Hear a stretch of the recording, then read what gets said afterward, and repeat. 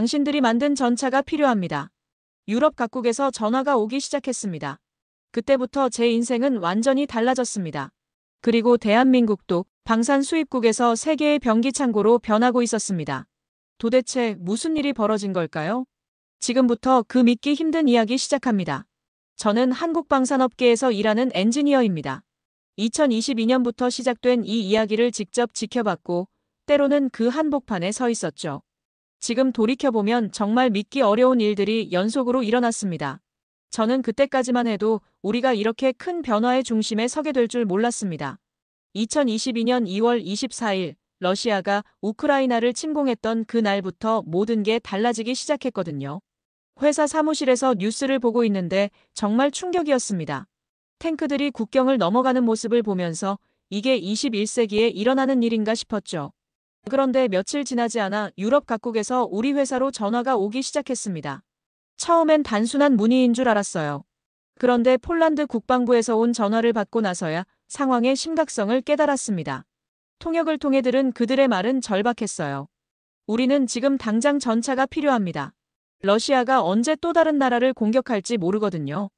그 목소리에는 공포와 절망이 섞여 있었습니다. 저는 그때 처음으로 우리가 만드는 무기가 단순한 상품이 아니라는 걸 깨달았죠. 누군가의 생명을, 한 나라의 운명을 지킬 수 있는 마지막 보루라는 것을요. 폴란드는 이미 레오파드 2 전차를 독일에 주문해 놓은 상태였습니다. 하지만 납기가 2027년이라는 거예요. 5년을 기다려야 한다는 말이었죠. 그들은 그렇게 오래 기다릴 수 없었습니다. 미국의 에이브람스는 어떻냐고 물어봤더니 더 가관이었어요. 가격도 비싸고 납기도 불확실하다는 거였습니다. 게다가 연료 소비량이 너무 많아서 유지 비용도 감당하기 어렵다고 하더군요. 그때 폴란드 국방부 장관이 한 말이 지금도 생생합니다. 몇 달 안에 전차를 받을 수 있는 나라는 한국뿐입니다. 빠른 납기와 고품질, 합리적인 가격까지 갖춘 곳은 한국밖에 없어요. 저는 그 순간 가슴이 뛰었습니다. 우리나라가 언제부터 이런 인정을 받게 된 걸까요? 불과 몇십 년 전만 해도 우리는 다른 나라 무기를 사와서 쓰는 입장이었는데 말이죠. 회사 내부는 발칵 뒤집혔습니다. 갑자기 몰려드는 주문량을 감당할 수 있을지 걱정이었거든요. 하지만 동시에 엄청난 기대감도 있었습니다. 이건 단순한 수출이 아니라 한국 방산업계 전체의 도약을 의미하는 일이었으니까요. 며칠 뒤 더 놀라운 소식이 들려왔습니다. 노르웨이, 핀란드, 에스토니아까지 K2 전차에 관심을 보인다는 거였어요. 유럽 전체가 우리 무기를 주목하고 있었습니다. 저는 그때 처음으로 진짜 자부심을 느꼈습니다. 우리가 만든 기술이 세계를 움직이고 있다는 사실에 말이죠. 2022년 8월, 폴란드와의 1차 계약이 성사됐을 때 저는 현장에 있었습니다. 서명식장의 분위기는 정말 장엄했어요. 단순한 무기 거래가 아니라 두 나라 간의 전략적 동맹을 맺는 것 같았거든요. 하지만 진짜 놀라운 건 그 다음에 일어났습니다. 나토 회의에서 K 전차의 성능이 극찬을 받았다는 소식이 들려온 거예요. 특히 기동성과 화력, 방어력의 균형이 완벽하다는 평가였습니다. 저는 그 소식을 듣고 정말 눈물이 날 뻔했습니다. 우리가 밤낮 없이 개발하고 테스트했던 기술들이 세계 최고 수준으로 인정받은 거잖아요. 그런데 더 큰 일이 기다리고 있었습니다. 2023년 초 폴란드에서 정권이 바뀌면서 새 정부가 들어섰어요. 우리는 모두 걱정했습니다. 혹시 계약이 취소되는 건 아닐까 해서 말이죠. 하지만 새 정부의 반응은 예상과 달랐습니다. 오히려 더 많은 K 전차를 도입하겠다고 나선 거예요. 2차 도입 규모는 1차보다도 훨씬 컸습니다. 폴란드 새 국방장관이 한 말이 지금도 기억납니다. K는 단순한 전차가 아닙니다. 우리의 미래 안보를 책임질 핵심 전력이에요. 한국과 함께라면 우리는 어떤 위협도 막아낼 수 있습니다. 그때 저는 정말 자랑스러웠습니다. 우리 기술이 이렇게까지 신뢰받고 있다니 말이죠. 계약 규모도 어마어마했습니다. 단일 방산 수출로는 한국 역사상 최대인 9조 원이었거든요. 하지만 더 중요한 건 이게 단순한 수출이 아니라는 점이었습니다. 기술 이전과 현지 생산까지 포함된 진출형 수출이었어요. 즉, 우리가 폴란드에 가서 공장을 짓고 현지에서 직접 생산한다는 뜻이었습니다. 이건 완전히 다른 차원의 협력이었죠. 현대로템 임원들과 회의를 하는데 모두들 흥분해 있었어요. 이건 그냥 물건을 파는 게 아니라 우리 기술과 노하우를 통째로 수출하는 거였거든요. 하지만 동시에 부담도 컸습니다. 실패하면 한국 방산업계 전체의 신뢰도에 타격을 줄 수 있었으니까요. 저희는 절대 실패할 수 없었습니다. 그때부터 정말 치열한 준비가 시작됐어요.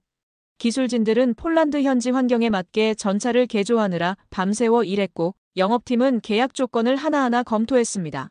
저는 그 과정에서 우리나라 방산업의 저력을 다시 한번 확인할 수 있었어요. 단순히 좋은 무기를 만드는 것을 넘어서 고객의 요구에 완벽하게 맞춰주는 맞춤형 서비스까지 제공할 수 있었거든요. 하지만 순탄한 일만 있었던 건 아닙니다. 2023년 중반 폴란드 내부 정치 상황이 복잡해지면서 계약 협상이 중단될 위기에 처했어요. 저는 그때 정말 막막했습니다. 몇 달 동안 준비해온 모든 게 물거품이 될 수도 있었거든요. 회사 분위기도 침울해졌어요. 모두들 최악의 상황을 대비하고 있었습니다. 그런데 그때 놀라운 일이 일어났어요. 폴란드 국방장관이 직접 우리 측에 연락을 해온 거예요. 내용이 정말 감동적이었습니다. 정치는 정치고 기술은 기술입니다. K의 우수성은 정권이 바뀐다고 달라지지 않아요. 협상을 재개해주세요. 저는 그 말을 듣고 정말 놀랐습니다. 정치적 이해관계를 떠나서 순수하게 기술력을 인정해주는 거잖아요. 이런 신뢰를 받는다는 게 얼마나 대단한 일인지 깨달았습니다. 하지만 문제는 기술 이전 조건이었어요. 폴란드 측에서는 가능한 한 많은 기술을 이전받기를 원했고, 우리 측에서는 핵심 기술 유출을 우려했거든요. 협상 테이블에서 양측이 팽팽하게 맞서는 모습을 보면서 저는 정말 조마조마했습니다. 자칫하면 모든 게 엎어질 수 있는 상황이었어요. 그때 K 전차 설계를 담당했던 우리 회사 최고 기술자가 직접 폴란드로 날아갔습니다. 60대 후반의 그분은 평생을 전차 개발에 바친 장인이었어요. 폴란드 기술진들과 만난 자리에서 그분이 한 말이 지금도 기억납니다. 기술은 나누면 나눌수록 발전합니다. 우리가 가진 노하우를 여러분과 공유하면서 함께 더 좋은 전차를 만들어가고 싶어요. 그 진정성이 통했던 것 같아요. 폴란드 측 기술진들이 완전히 마음을 열더군요. 복잡했던 기술 이전 조건들이 하나씩 정리되기 시작했습니다. 저는 그때 정말 감동했어요. 기술자끼리는 국경을 초월한 공감대가 있다는 걸 실감했거든요. 좋은 기술을 만들고자 하는 열정만큼은 어느 나라든 똑같았습니다. 하지만 여전히 넘어야 할 산이 많았어요. 정치적 불확실성 때문에 계약 조건들이 계속 바뀌었거든요. 어떨 때는 하루에도 몇 번씩 조건이 수정됐습니다. 그 과정에서 저희 협상팀은 정말 고생했어요. 시차 때문에 새벽에도 화상회의를 해야 했고 주말에도 쉴 수 없었습니다. 하지만 누구 하나 포기하지 않았어요. 이 계약의 중요성을 모두가 알고 있었거든요. 드디어 2023년 말 모든 협상이 마무리됐습니다. 현대로템과 폴란드 방산업체 PGG 간의 공동 생산 계약이 체결된 거예요. 계약 내용은 정말 혁신적이었습니다. 117대는 한국에서 생산해서 수출하고 63대는 폴란드 현지에서 직접 생산한다는 조건이었어요. 여기에 유지보수와 교량전차 등 부속 시스템까지 포함됐습니다. 저는 계약서에 사인하는 순간을 지켜보면서 정말 벅찼어요. 이건 단순한 판매 계약이 아니라 진정한 방산 동맹의 시작이었거든요. 특히 폴란드 현지 생산 부분이 정말 의미 있었습니다. 한국 방산 역사상 처음으로 유럽 내에 생산 기지를 구축하는 거였어요. 이는 우리가 글로벌 방산업체로 도약했다는 증거였습니다. 현대로템 사장님이 그때 한 말이 인상 깊었어요. 이제 우리는 단순히 무기를 수출하는 회사가 아닙니다. 전 세계 어디서든 현지 파트너와 함께 최고의 무기 시스템을 만들어내는 글로벌 기업이 됐어요. 정말 자랑스러웠습니다. 우리가 이렇게까지 성장할 수 있다니 말이죠. 계약 발표 후 해외 언론들의 반응도 뜨거웠어요. 특히 유럽 방산 전문지들이 큰 관심을 보였습니다. 한국이 유럽 방산 시장에 본격 진출했다는 분석이 쏟아졌거든요. 하지만 저희에게는 이제 더 큰 책임이 생겼어요. 약속한 품질과 일정을 지켜야 했거든요. 특히 현지 생산 부분은 완전히 새로운 영역이었습니다. 폴란드에 파견될 기술진들을 선발하는 과정도 치열했어요. 언어 능력은 물론이고 현지 적응력까지 고려해야 했거든요. 저도 폴란드 파견을 지원했지만 아쉽게 탈락했습니다. 하지만 대신 한국에서 생산될 117대 전차의 품질 관리를 맡게 됐어요. 이것도 엄청난 책임감이 따르는 일이었습니다. 폴란드군이 사용할 전차들이니까 한 대라도 불량품이 나가면 안 됐거든요. 생산 라인을 점검하면서 저는 우리 기술진들의 자부심을 느낄 수 있었어요. 모두들 자신이 만든 전차가 유럽 어딘가에서 평화를 지키게 될 거라는 생각에 더욱 정성을 들였습니다. 그때부터 정말 바쁜 나날이 시작됐어요. 하지만 힘들다는 생각보다는 설렘이 더 컸습니다. 우리가 역사를 만들어가고 있다는 확신이 있었거든요. 2024년 초 폴란드에서 K2 흑표의 시범주행 영상이 공개됐을 때 반응이 폭발적이었습니다. 저도 그 영상을 보면서 정말 감동했어요. 눈 덮인 폴란드 들판을 달리는 K2의 모습은 정말 장관이었습니다. 그런데 더 놀라운 건 폴란드 국민들의 반응이었어요. 인터넷에는 찬사 댓글들이 쏟아졌거든요. 이게 우리를 지켜줄 전차구나. 정말 든든하다. 한국 기술력이 이 정도인 줄 몰랐다. 대단하다. 저는 그런 반응들을 보면서 정말 뿌듯했습니다. 우리가 만든 전차가 이렇게 환영받고 있다니 말이죠. 하지만 동시에 유럽 방산업계의 견제도 시작됐어요. 독일과 프랑스의 방산업체들이 정치적 로비를 강화하기 시작한 거예요. 한국 방산업체들이 유럽 시장을 잠식하고 있다는 우려를 표명했습니다. 그런 견제에도 불구하고 유럽 언론들의 평가는 달랐어요. 주요 일간지들이 K2를 일면에 실으면서 전차계의 새로운 표준이라고 평가했거든요. 특히 독일의 한 군사 전문지에서 나온 기사가 인상 깊었습니다. K2 흑표는 단순히 좋은 전차가 아니다. 21세기 전장의 요구사항을 완벽하게 충족시킨 차세대 무기 시스템이다. 이런 평가를 받으니까 정말 자부심이 솟았어요. 우리가 만든 기술이 세계 최고 수준으로 인정받고 있다는 거잖아요. 더 놀라운 건 실제 시승 체험을 한 폴란드 장교들의 반응이었습니다. 한 대령이 언론 인터뷰에서 한 말이 지금도 기억나요. K2에 타보니 정말 놀랐습니다. 승차감도 좋고 조작도 직관적이에요. 무엇보다 첨단 전자장비들이 완벽하게 통합돼 있어서 전투 효율성이 극대화됩니다. 이것이 미래입니다. 그런 극찬을 들으니까 개발진 모두가 감격했어요. 몇 년 동안 밤낮 없이 개발한 보람을 느꼈거든요. 하지만 성공의 이면에는 치열한 경쟁도 있었습니다. 기존 유럽 방산업체들이 대응 전략을 마련하기 시작했어요. 가격을 내리거나 납기를 단축하는 등의 노력을 기울였습니다. 저는 그런 경쟁 상황을 보면서 더욱 긴장감을 느꼈어요. 지금의 성공의 안주해서는 안 된다는 생각이 들었거든요. 계속해서 기술력을 향상시켜야 경쟁 우위를 유지할 수 있었습니다. 그때부터 우리 회사는 차세대 전차 개발에도 박차를 가하기 시작했어요. K2의 성공을 발판으로 더 앞선 기술을 개발하려는 거였습니다. 저도 그 프로젝트에 참여하게 됐는데 정말 흥미진진했어요. 인공지능과 무인 시스템을 접목한 차세대 전차를 구상하는 일이었거든요. 2024년 중반 한화가 미국 방산업체 오스탈 인수 승인을 받았다는 소식이 들려왔을 때 저는 정말 놀랐습니다. 한국 기업이 미국 방산업체를 인수한다는 게 얼마나 대단한 일인지 깨달았거든요. 미국은 자국 방산업체에 대한 외국인 투자를 엄격하게 제한하는 나라예요. 그런 미국에서 한국 기업의 인수를 승인했다는 건 우리 기술력과 신뢰도를 완전히 인정한다는 뜻이었습니다. 미국 국방부 관계자가 발표한 내용이 정말 감동적이었어요. 한화는 신뢰할 수 있는 파트너입니다. 그들의 기술력과 생산 능력은 미국의 국방력 강화에 도움이 될 것입니다. 이런 평가를 받으니까 정말 자랑스러웠어요. 불과 몇십 년 전만 해도 미국 무기를 사다 쓰던 우리가 이제는 미국 방산업체를 인수하는 위치에 올라선 거잖아요. 그 소식이 알려지자 한화방산 계열 주가가 폭등했습니다. 목표 주가가 110만 원을 돌파했어요.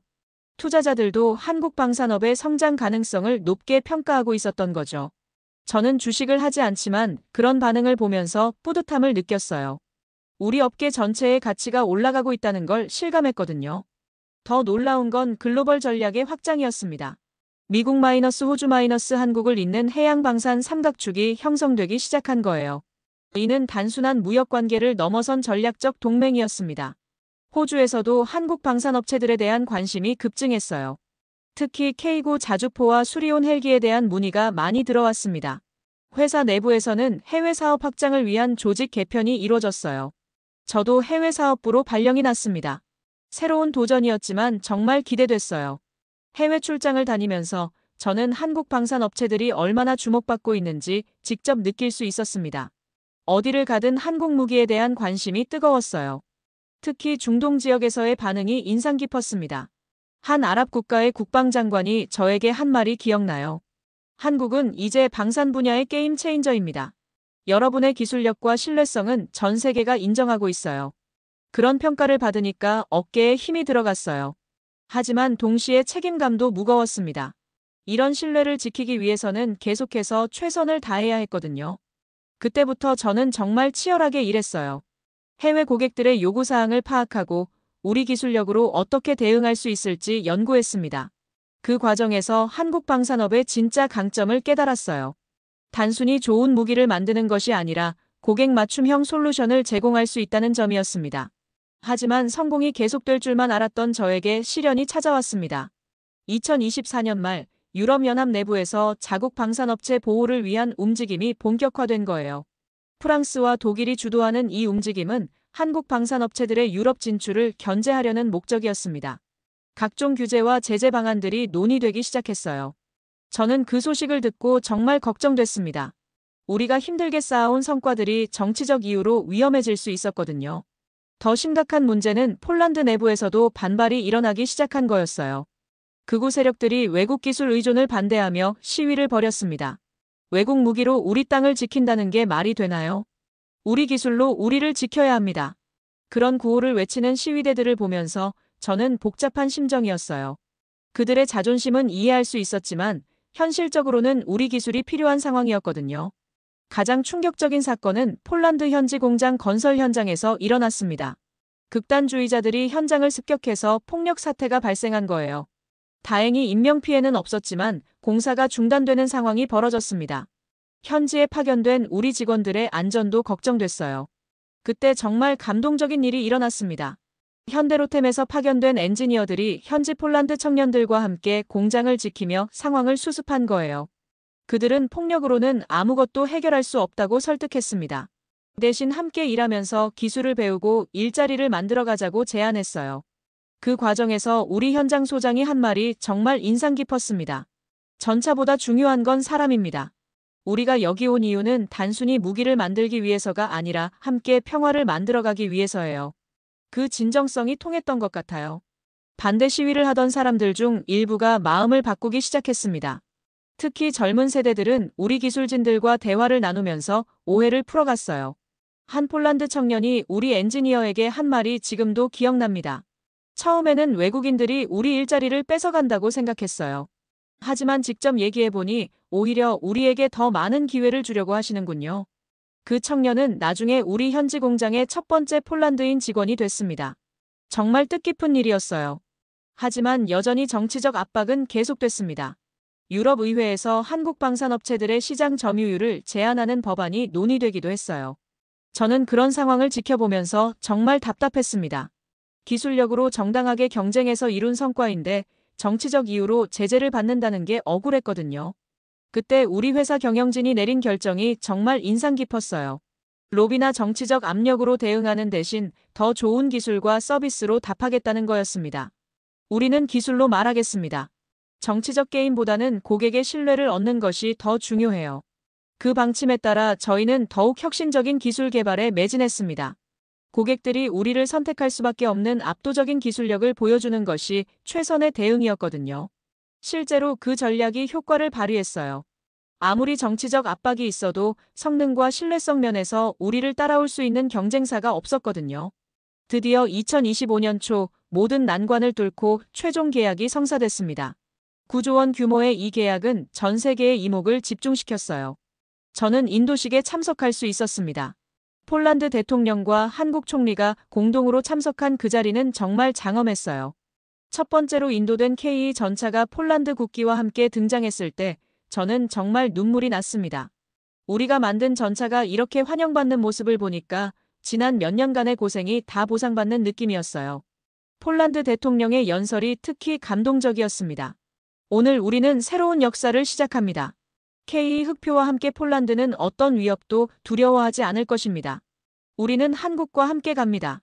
그 선언을 들으면서 저는 정말 자부심을 느꼈어요. 우리 기술이 한 나라의 운명을 바꾸는데 기여하고 있다는 생각이 들었거든요. 더 놀라운 소식은 며칠 뒤에 들려왔습니다. KE 전차가 나토 군사훈련에 첫 참가하게 됐다는 거예요. 이는 KE가 나토 주력 전차로 인정받은 첫 사례였습니다. 훈련 영상을 보면서 저는 정말 감격했어요. 한국산 전차가 미국, 독일, 프랑스 전차들과 함께 작전을 수행하는 모습이 꿈만 같았거든요. 나토 군사 전문가들의 평가도 극찬 일색이었습니다. K의 성능은 기대 이상입니다. 특히 정보 공유 시스템과 네트워크 연동 능력이 뛰어나서 다국적 작전에 최적화돼 있어요. 그런 평가를 들으니까 개발진 모두가 정말 뿌듯해했어요. 우리가 처음부터 염두에 뒀던 글로벌 호환성이 인정받은 거였거든요. 현지 공장도 드디어 정상 가동에 들어갔습니다. 폴란드 직원들과 한국 기술진들이 함께 만든 첫 번째 전차가 생산 라인에서 나왔을 때는 정말 역사적인 순간이었어요. 저는 그 장면을 화상으로 지켜봤는데 정말 감동적이었습니다. 국경을 초월한 기술 협력의 결실이었거든요. 폴란드 현지에서 일하는 우리 동료가 보내온 메시지가 지금도 기억나요. 여기 폴란드 직원들이 정말 열심히 일해요. 우리 기술을 배우려고 밤늦게까지 공부하는 모습을 보면 감동받습니다. 정말 자랑스러운 파트너들이에요. 그런 소식을 들으면서 저는 이 사업의 진짜 의미를 깨달았어요. 단순히 무기를 파는 게 아니라 기술과 문화를 공유하며 함께 성장하는 거였습니다. 이제 우리는 새로운 도전을 준비하고 있어요. 다른 유럽 국가들에서도 K에 대한 관심이 높아지고 있거든요. 노르웨이, 핀란드, 체코에서 연이어 도입 의사를 표명했습니다. 저는 이 모든 과정을 지켜보면서 정말 많은 것을 배웠어요. 기술력만으로는 안 되고 신뢰와 성실함이 뒷받침돼야 한다는 걸 깨달았습니다. 무엇보다 우리가 만든 무기가 전쟁을 위한 것이 아니라 평화를 지키기 위한 것이라는 점이 가장 중요해요. K 전차는 단순한 무기가 아니라 자유와 평화의 수호자입니다. 지금도 폴란드 어딘가에서 우리가 만든 전차가 조용히 평화를 지키고 있을 거예요. 그 생각을 하면 정말 뿌듯합니다. 앞으로도 우리는 더 좋은 기술로, 더 신뢰받는 파트너로 성장해 나갈 겁니다. 이 이야기는 끝이 아니라 새로운 시작이거든요.